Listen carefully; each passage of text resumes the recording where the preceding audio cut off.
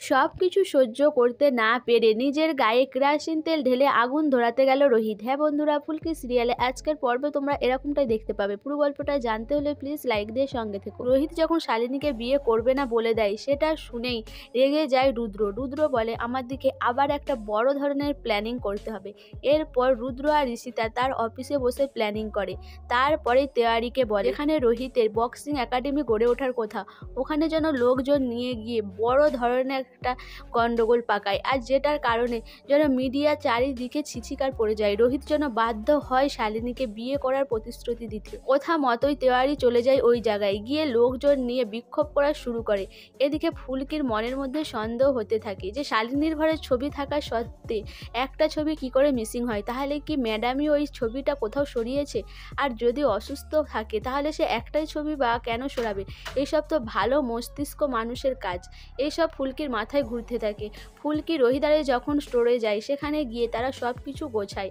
এদিকে ফুলকির মনে যে সন্দেহটা হয়েছে সেটা সে পিয়াল আর তমালের সাথে শেয়ার করে। তারপরে রোহিতকে এসে খবর দেয় যে রোহিতের যেখানে একাডেমিটা গড়ে ওঠার কথা সেখানে বিশাল বিক্ষোভ শুরু হয়েছে। রোহিত শুনে একাই চলে যায় সেখানে। এদিকে ফুলকি আরে বলে যে স্যারকে এভাবে একা ছাড়া উচিত হয়নি, আমাদেরও যাওয়া দরকার। এরপর ফুলকি, পিয়াল, তমাল আর কাকামণি সবাই মিলে চলে যায়। রোহিত গিয়ে দেখে যে সেখানে বিশাল গন্ডগোল হচ্ছে। মিডিয়া এসে হাজির হয়েছে, মিডিয়া খবর করছে। এদিকে সবাই মিলে রোহিতের পুতুল বানিয়ে তাতে আগুন ধরাচ্ছে। সেটা দেখে রোহিত রেগে যায়।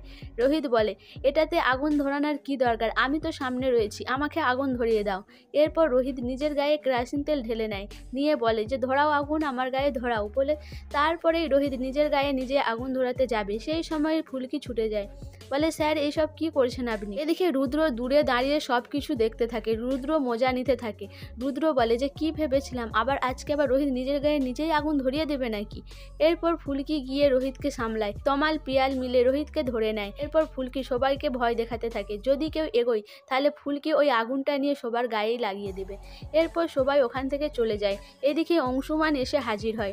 অংশুমান বলে যে রোহিত, এরকম ঘটনার মাঝে তোমার একা আসা একদমই উচিত হয়নি। এরপর সুমান বলে যে আমি এটা নিয়ে তদন্ত করব। এদিকে রুদ্র বলে যে আমি খবর পেয়ে চলে এলাম। এইসব কি করছিস রোহিত, তুই নিজের গায়ে কেরোসিন ঢেলেছিস কেন? এরপর রোহিতকে নিয়ে সবাই বাড়ি আসে। জেঠুমনিও খুব বকাবকি করে। রোহিতের এই কথাবার্তা শুনে রোহিতের মা রোহিতকে বকতে যায়। তখন রোহিত বলে এই জীবন রেখে কি হবে, আমি তো মরে গেলেই ভালো হয়। এটা শুনে রোহিতের মা অসুস্থ হয়ে পড়ে। এদিকে আগামীতে দেখানো হয় যে রুদ্র রোহিতকে বলে যে যেন শালিনীকে সে বিয়ের প্রতিশ্রুতি দেয়, আর সে সুস্থ হলে তাকে বিয়ে করবে এটাও যেন বলে। এইসব কথাগুলো লাবু আড়াল থেকে শুনে নেয়। এদিকে ফুলকি ঠাকুরের কাছে প্রার্থনা করতে থাকে। সব বন্ধুরা, রোহিত কি সত্যি সত্যি শালিনীকে বিয়ের প্রতিশ্রুতি দিবে, না ফুলকি তার আগে সব সত্যিটা সামনে নিয়ে চলে আসবে? তোমাদের কি মনে হয় অবশ্যই আমাকে কমেন্ট করে জানাবে। আর আমার ভিডিওটা ভালো লাগলে প্লিজ সাবস্ক্রাইব করে দিও, আর লাইক, কমেন্ট, শেয়ার করো।